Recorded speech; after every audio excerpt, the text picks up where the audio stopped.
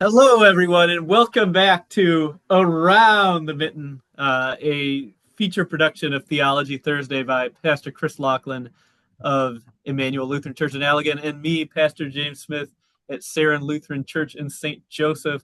But enough about us. Pastor Chris, how about you introduce today's uh, co-star alongside us today? Our guest star today is Pastor Doug Ogden. Pastor Doug, generally see him at Synod Assembly and at Synod events, and he has been a staple of my experience of the Northwest Lower Michigan Synod. As long You as sound like a we or any of potato. our viewers have been alive. Yeah, Pastor well, Pastor Doug Ogden, would you introduce yourself? Tell us where you are and how long you have been there. I am the old guy Oh, over here. Um, yeah, I've been at Lebanon here in Whitehall now for 31 years, much to my surprise. And I was in Columbus, Ohio before that, and seminary at Philadelphia before that. Wittenberg alum for what it's worth. And yeah, so this has been a really, really good place to be. Awesome. I can't get my map up to share with everybody today, but would you say that Whitehall's like here-ish, maybe? White Lake, Right, sorry. right there, Yeah, cool, cool. right on the edge. There we go. So that's what we have in mind. So now we are going to explore with you today the gospel lesson for the fifth Sunday in Lent, which Yeah, is John chapter 11. he's got it. All right, there we go. Going from memory there. In John 11 is the time when Jesus hears that his friend Lazarus is sick. He decides to sit on that for a few days and take care of some other stuff. Yeah.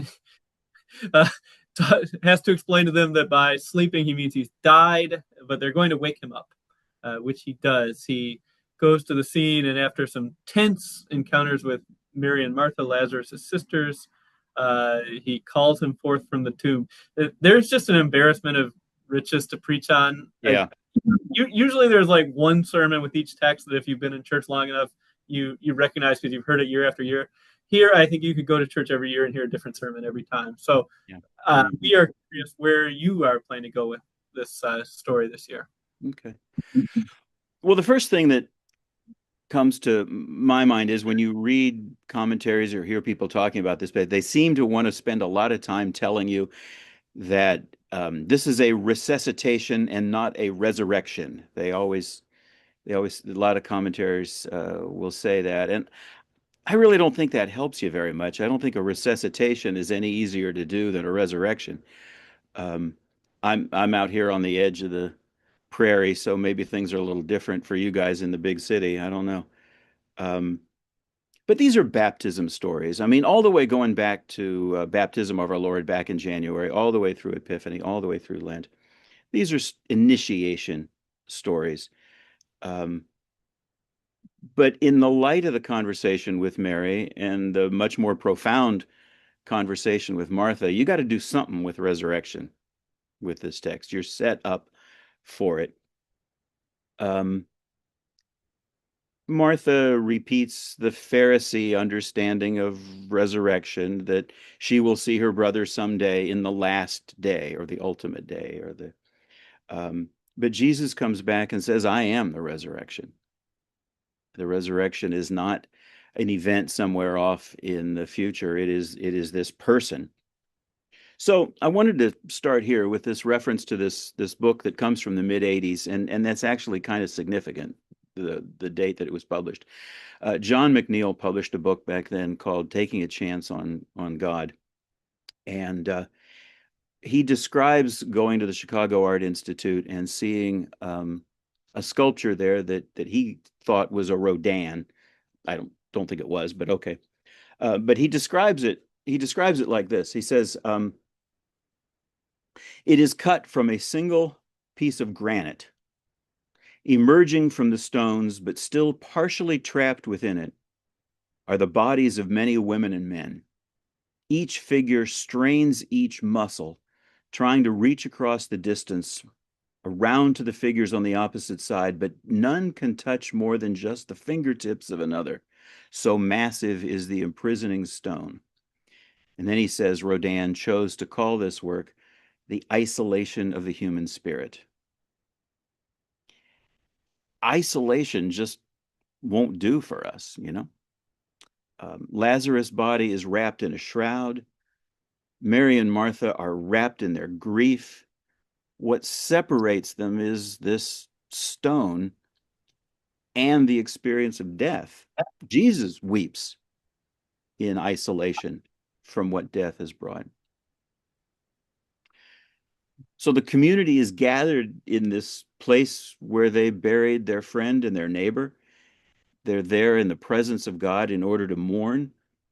And the community expresses all of its hopes in what the power of God might do.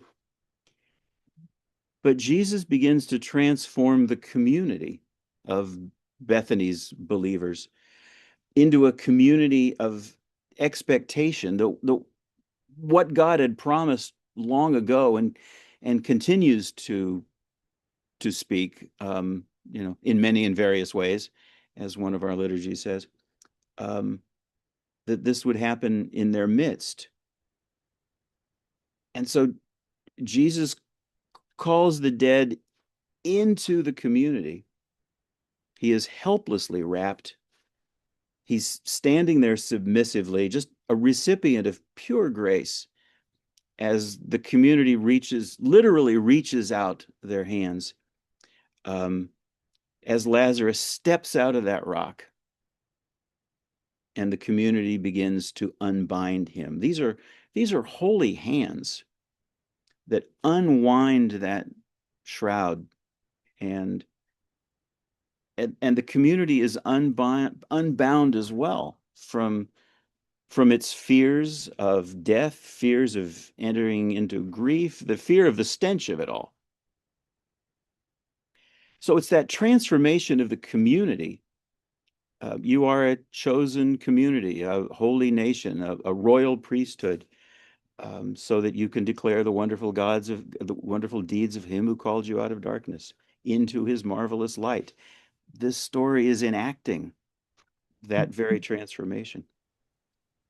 And I'm struck by you mentioned, you were saying these are all baptism stories, and how the same thing happens to us at baptism. We both help the newly baptized along as a community, but then witnessing this baptism and bringing this new living Christian into our midst, this new child of God, that changes the entire community as well, right? So there's, in both the Lazarus story and in this one, there's kind of a push and a pull that makes the whole community stronger.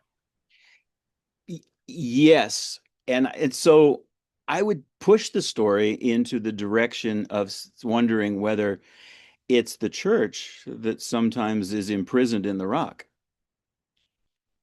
How does the church begin to absorb the collective experiences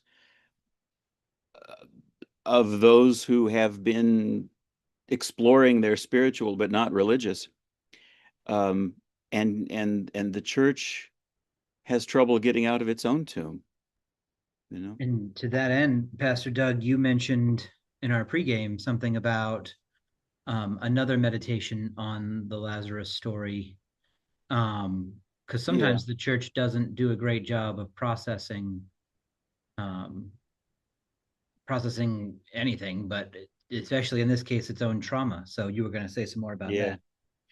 Well, I think the McNeil book coming out in the mid 80s is significant because it came out right in the middle of the AIDS crisis, when young people were seeing their bodies just racked with this disease, and it was a long lingering disease. And if you don't remember or weren't around when that was going on, then go watch Angels in America or the Philadelphia story, and I can tell you it was just like that.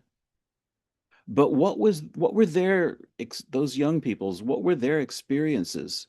What were their spiritual dealings? They had lots of time to deal with it. And I think being trapped in the rock and trying to reach around is what the experience of so many of those young people during that AIDS crisis was like. But the other one that I was talking about, Chris, was Nikos Kazantzakis, The Last Temptation of Christ, has this depiction of Lazarus coming out of the tomb, but he is not well. He has experienced the physical decay of death. He has the trauma of this horrible thing that has happened to him. There's even kind of a hint that the stench of death is still with him. And Kazantzakis' book came out in the mid-50s, and I personally think what he's dealing with is the number of concentration camp and Holocaust survivors that were beginning to emerge out into public and trying to deal with the trauma of what they had experienced, and the church needing to welcome them in, encourage them in surviving, but never being able to understand what it is that they had gone through.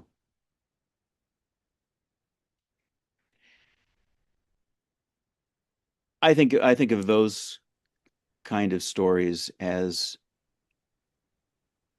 being what it's like to be to the church, to bringing Lazarus up out of the tomb only to discover that we have trouble absorbing those kind of spiritualities ourselves.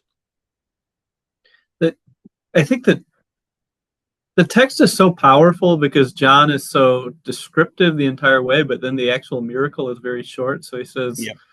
Lazarus came out and the dead man came out. And I think we could ponder for a second what it means that he comes out and they still refer to him as the dead man. You know, yeah. There's part of this healing that has not taken place yet, and maybe if you really did want to camp on the resuscitation versus resurrection, even for a minute, you could say in this life, our resuscitations and our healings are never complete.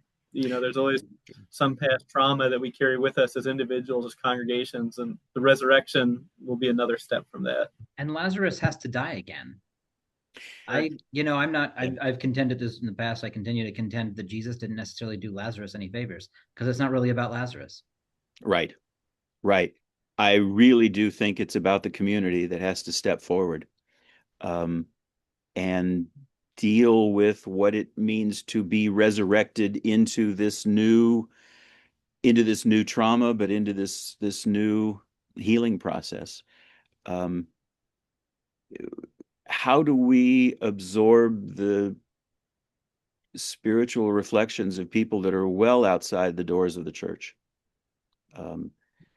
I could go in the direction of what's the spiritual reality of young people right now who have had 3 active shooter drills a year from kindergarten to 12th grade. How has that affected the way in which they see reality and the way they experience what's important in life? The community has changed when it begins to unbind those things.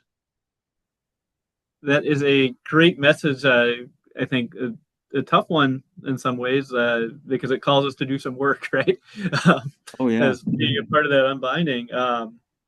But I think that'll preach. We wanted to lighten it a little bit, to ask you during this time, what are some things that are bringing you joy? And I think you had 2 of them to share. Yeah. Share with us. Well, I got to say that being a part of this congregation and doing what they do and in enjoying their company and projects is always gives me joy. And if it hadn't, I wouldn't have been here so long. I was telling you that the night before we're filming this, which is a week and a half ago from the time that it's viewed, we had the last session of my my youth luge team, which I've been coaching in Muskegon now for 17 years, and I really enjoy getting to coach and play with those kids and get to know them.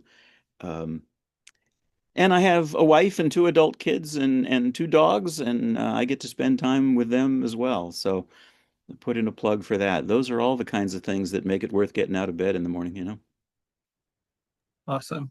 Well, I definitely want to join you for luge sometime, if Yeah. nothing else, because I watch it on Olympics and it looks both so fun and terrifying.